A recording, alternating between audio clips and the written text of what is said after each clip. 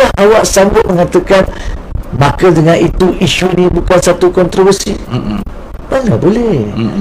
Kita bukan bayar untuk kapal tu berada di dalam dock. Kita bukan bayar untuk kapal itu tidak disiap-siapkan untuk tempoh dah dekat 12 tahun.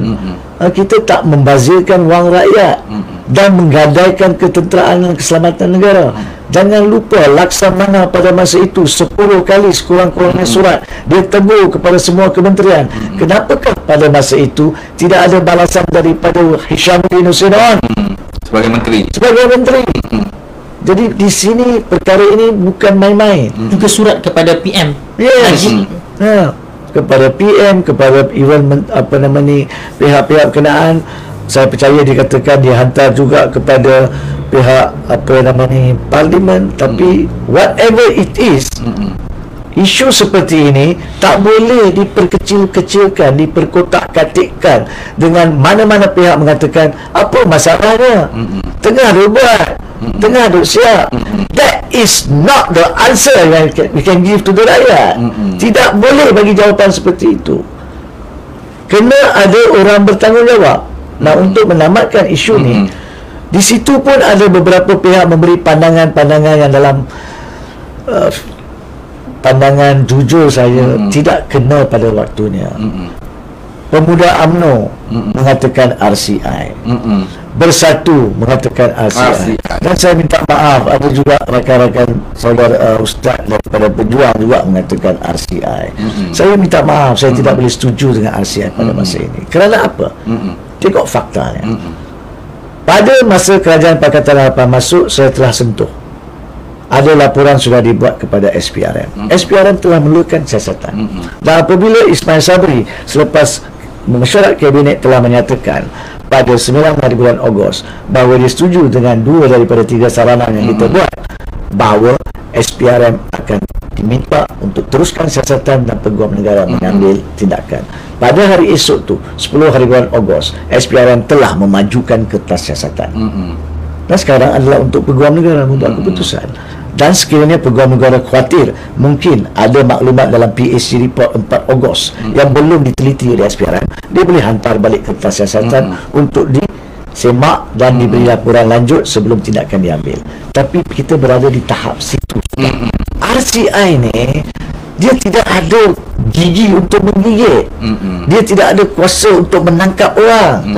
Pendakwaan tidak ada. Tujuan RCI ni, cara dia macam ni. Menteri ataupun minta maaf kerajaan, Perdana Menteri menasihati Agong, kami ada masalah kapal ni, kami nak buat inquiry. Agong pun bagilah nama 3 orang, 5 orang masuk dalam Suruhanjaya Siasatan Diraja. Lepas itu Agong melalui sekretariat kena bagi terma rujukan. Apa kerja awak? Cari macam mana masalah ni jadi. Apakah pengubah suaian yang boleh dibuat? Apakah tindakan yang boleh diambil? Yang keempatnya, Suruhanjaya Siasatan Diraja cuma boleh membagi laporan dengan rekomendasi. Okey, kami dah kaji, ini masalahnya, ini cadangan kami untuk masa depan, projek-projek keselamatan ketenteraan patut diubah suara macam ni apa bala ke, tetapi tidak mengikat. Tidak mengikat, of course tidak mengikat. Tapi dia tidak boleh pun menangkap orang yang bersalah. Dia cuma boleh katakan kami rekomen supaya pihak berkuasa siasat. Nah, kenapakah kita nak buat satu tempoh RCI untuk 6 bulan, 9 bulan tangguh siasatan, dan pihak SPR atau polis akan duduk peluk tubuh. Sebab apa? RCI dah ditubuh. Apa kami buat kerja? Bagilah dia bagi recommendation. Sekarang ni kertas siasatan sudah ada di Pejabat Peguam Negara. Buat apa nak buat RCI? Buat apa nak buat RCI yang membuang masa? Tunjuk kat saya manakah RCI di Malaysia selama ini yang menghasilkan pendakwaan? Belum ada. Okey, itu sebab kadang-kadang ahli politik jangan terlepas cakap dengan mudah. Faham dulu konsep perundangan, sebab awak menyesatkan rakyat. Awak menyesatkan rakyat. Dan ahli politik sepatutnya, menteri-menteri semua ni, ada pegawai-pegawainya yang membantu dari segi perundangan. Itu pun saya tak faham. Kenapa mereka tak mengambil nasihat perundangan? Apa tu RCI? Apa tu siasatan? Apa tu pendakwaan? Terus RCI. So bagi saya, dengan jujur saya mengatakan dengan penuh rendah diri, LCS ni, RCI is not the answer now. Sekarang kita kena tuntut pihak peguam negara untuk memajukan arahan lanjut kepada SPRM. Kalau ada sesiapa yang didapati melakukan kesalahan jenayah, ambil pertuduhan di mahkamah. Kalau ada sesiapa yang tidak melakukan kesalahan jenayah tetapi melakukan kesalahan salah laku jawatanan, maka bagi saranan kepada JPA ataupun pihak Majlis Angkatan Tentera untuk mengambil tindakan disiplin terhadap pegawai-pegawai tersebut. Apa sekalipun, peguam negara perlu mengambil tindakan dan menyatakan kepada rakyat melalui satu keputusan, satu pengumuman yang telus, apakah kedudukan siasatan tersebut. Kalau mereka perlukan siasatan lanjut, SPRM sedia ada di sini untuk melakukan siasatan dan memberi siasatan yang lengkap kemudian nanti. RCI boleh dibuat selepas isu siasatan selesai untuk mengenal pasti adakah cara yang lebih baik untuk mana-mana kerajaan mengenal pasti prosedur berkaitan ketenteraan, keselamatan yang melibatkan isu-isu desain sulit dan rahsia, senjata dan sebagainya. Adakah kita boleh berharap kepada syarikat-syarikat swasta ataupun adakah kita perlu sekarang ni mewujudkan satu akademi ketenteraan yang mencipta senjata kita? Itu semua RCI boleh kaji, tapi itu tidak akan selesaikan masalah 6 kapal halimunan. Itu yang rakyat kenapa. Saya harap Ismail Sabri boleh mengambil tindakan untuk menentukan perkara tersebut. Yang lebih penting, saya rasa Ismail Sabri wajar kalau misal kata sebelum daripada mesyuarat Jemaah Menteri hari Rabu ni, kalau arahan beliau minggu sudah untuk niah klasifikasikan kedua-dua laporan forensik dan laporan jawatan kuasa itu tidak dilakukan lagi, maka beliau wajar menggantung dan membuang Hishamuddin Hussein On sebagai Menteri Pertahanan. Yang keduanya, jika ianya diniah klasifikasikan sekalipun, Hishamuddin Hussein On wajar direhatkan sebab 5 tahun projek itu terbengkalai. Kalau saya boleh gunakan perkataan itu, daripada 2013 sampai Kerajaan Barisan Nasional jatuh, tidak ada apa-apa kenyataan lagi daripada Hishamuddin Hussein On apa yang dia buat.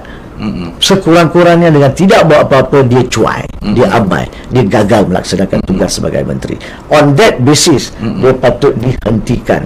Dan di sini saya amat malu bila saya baca dia dengan bangga boleh mengatakan siapa yang bersalah wajar dibawa ke muka keadilan. Baik, itu jenayah, tapi pada masa yang sama, bagaimanakah SPRM nak ambil siasatan lanjut dengan lengkap selagi awak berada di situ, selagi awak yang tidak melaksanakan tugas dengan betul untuk tempoh 5 tahun, dan selepas itu bulan 10 2021 dilantik oleh Ismail Sabri balik sebagai Menteri Pertahanan. So awak secara jujur kena berhenti, kena rehat. Barulah SPRM senang bekerja, barulah peguam negara boleh tangkap. Mungkin, saya tak tahu, mungkin yang akan ditangkap adalah awak. Wallahualam. Itu sajalah. Okey Ustaz, kita pun dah terlebih, tak pernah cukup 1 jam setengah ni, mesti terlebih. Nak pergi dulu kat Ustaz je. Apa benda yang berlaku pasti dituding jarinya pada Tun Dr. Mahathir. Itu standard, jawapan standard daripada Najib Razak. Yang berlaku semua zaman dia. Hilangnya Pulau Batu Putih walaupun dia baru ambil alih selepas Patlah. Kemudian dengan waris Kesultanan Sulu yang memberhentikan bayaran, Najib. 1MDB, Najib. Air Saksi pun Najib. Sekarang LCS, Najib. Secara rundingan terus, memang makanan Najib. Awak tak berlaku adil kat dia lah. Tunggulah Ustaz. Sial kaya selawat je. Semuanya berlaku di zaman beliau. Akan dituding jarinya 22 bulan Tun Dr. Mahathir. Bagaimana sebagai ketua pejuang muda memimpin sebuah sayap parti yang dipimpin oleh Tun Dr. Mahathir? Apa yang Ustaz tengok, apa yang Ustaz nak bawa pejuang-pejuang muda ini supaya tidak menjadi seperti pemimpin-pemimpin dan juga macai-macai UMNO ini yang mengagungkan pemimpin mereka yang menghilangkan segala-galanya hak milik Malaysia ini?